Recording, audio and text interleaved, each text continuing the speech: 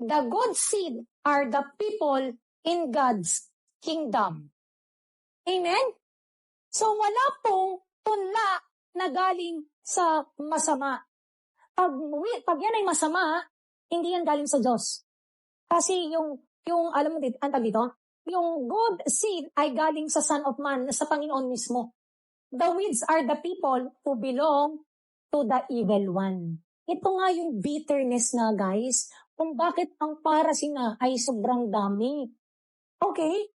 Ito nga yung weeds ay ang mga tao. Basahin natin sa Tagalog. Anong sabi dito? Ang bukid ay ang mundo at ang mabuting binhi ay mga kabilang sa kaharian ng Diyos. Ang masasamang damo naman ay ang mga taong sakop ni Satanas. Ito yung bitter. Pag nakarinig ng, hindi, save kami, hindi, ayaw kong paniwalaan, hindi. False picture ka, false prophet ka. Diba? Ayaw nilang alamin kung ano yung kingdom of God, kingdom of gospel.